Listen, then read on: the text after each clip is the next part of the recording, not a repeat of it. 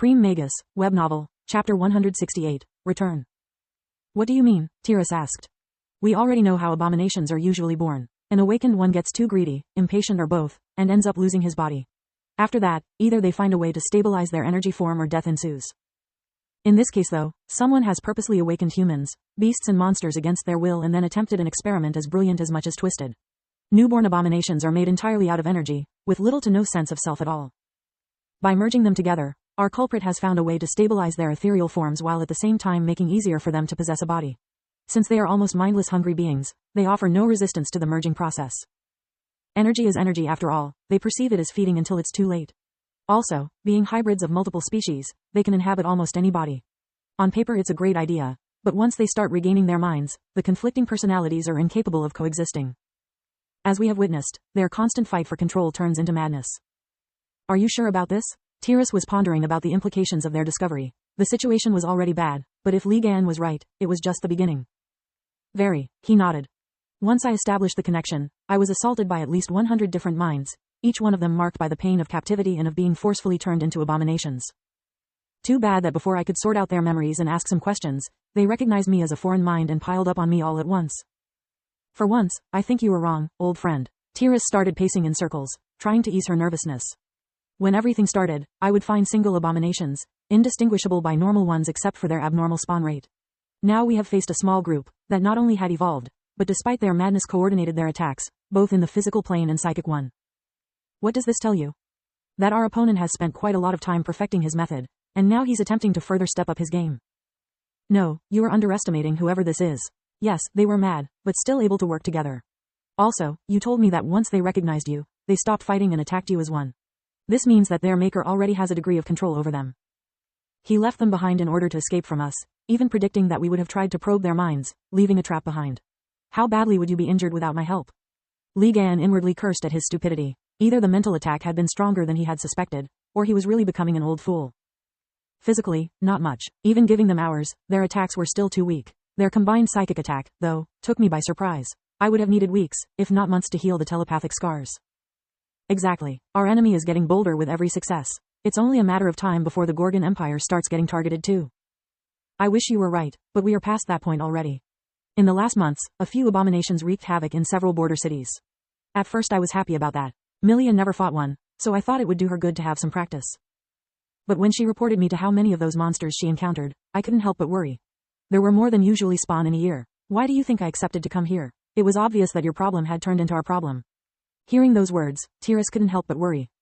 This explains a lot. He conducted the first step of his plan in my country, the second in yours, probably hoping I would not notice, and then escalated things here again.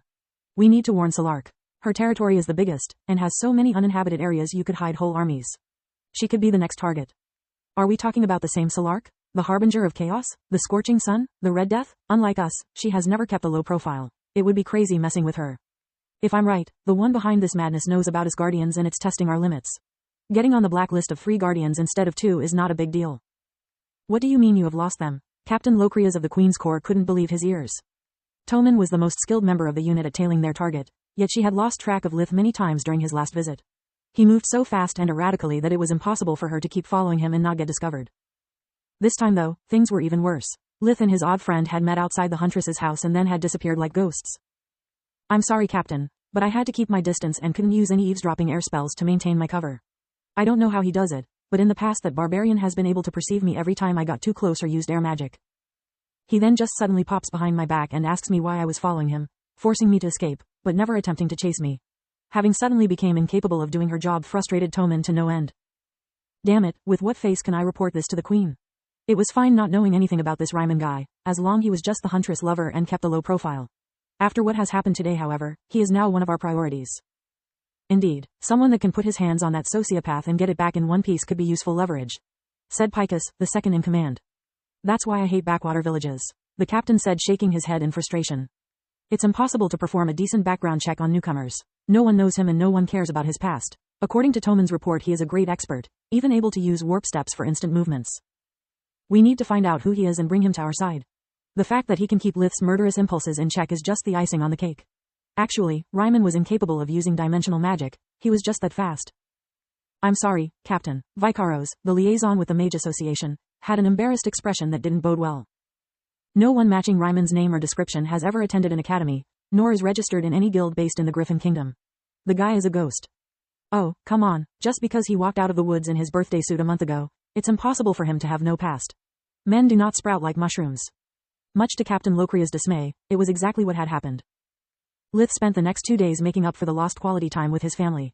Too much time had passed since their last treatment, so he was forced to expel the newly accumulated impurities in their bodies that were making them age faster due to the daily fatigue, deteriorating their health.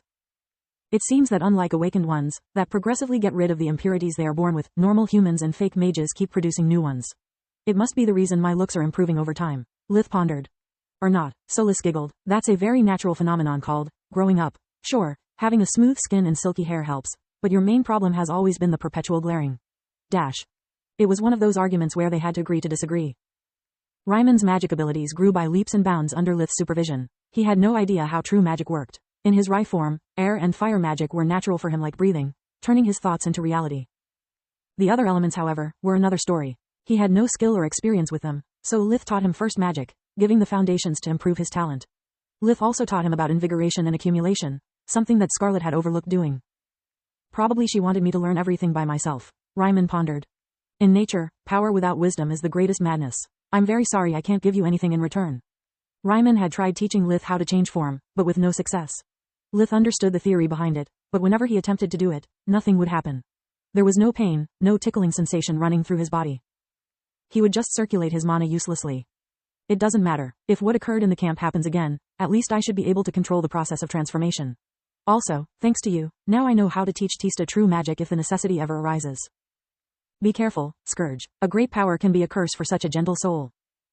Tisk, Lith scoffed. As much as I love my sister, she needs to grow up. Gentle or not, one can't remain a cub their whole life. There is a time when one has to learn how to use his fangs to bring the hurt. I could not have said it better, Ryman laughed. Before going back to the academy, Lith forged him a dimensional ring to avoid being forced to see Ryman undress every time he took his skull form. Later that week, Gurud Renkin was found dead in his bed, and Nana certified him to have died of a natural cause. A huge blast of dark magic naturally causes the heart to stop, hence it's a natural cause. She inwardly added, having recognized the effects of her beloved spell Ikidu Ruha, *. But that's another story. Back at the White Griffin, Lith was surprised to find that all of his professors were willing to teach him privately until the academies officially started operating again. Of course, there was a sour note.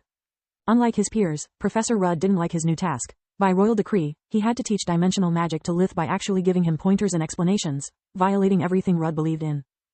Ignoring a royal decree was an act of treason though, and Rudd treasured his possessions and had more than he hated commoners. You already know the initial steps. Rudd snarled each word like someone was taking them out of his mouth with a clamp. First comes materializing a core made of earth magic, amplified by air and stabilized by water. The trick here is balance. Lith nodded, while Rudd executed a short spell that conjured a small ball of light. Then comes creating an entry and exit point. To stabilize them, water magic must flow from one to another, like they are two ends of the same limb. The key is finesse. The ball of light dissipated. Rudd performed another spell that created two small black spheres. Third, you need to stretch and enlarge them by giving them the same amount of mana at the same time. The key is timing. Lith nodded again. This was the step he was stuck at. Last, you must connect them. To do it, you need the two cores to become one again. Their energies must flow one toward the other and meet exactly halfway through. The key here is patience. That's it? Lith was flabbergasted. You had educational spells all this time and yet you had us needlessly bang our heads? Why you didn't teach us those in the first place? Because every idiot can learn dimensional magic that way. Rudd lied through his teeth. He had taught those spells in the past, for a price, and the success rate of his students had never changed. Dimensional magic is too powerful for anyone to handle. Power without wisdom is the greatest madness. Lith would have rebuked, but Professor Rudd had unknowingly quoted Ryman, with whom Lith agreed. If it wasn't for the orders of a certain someone, I would have never wasted my time like this. So instead of flapping your gums, get to work. Lith inwardly scoffed. He couldn't wait to get rid of that old coot. Professor Rudd sat down on his chair, waiting for the little runt to beg for pointers. Rudd knew he would be forced to help him, but that didn't mean he would make it easy for Lith. The minutes passed and Lith kept practicing relentlessly. Rudd was about to get up to stretch his legs a bit, when a perfect warp gate opened in front of his incredulous eyes. Thanks to all the practice in controlling the flow of magic under the effects of Small World, Lith's magic sensitivity had improved tremendously, and so did his control over the mana's finest movements. Not bad.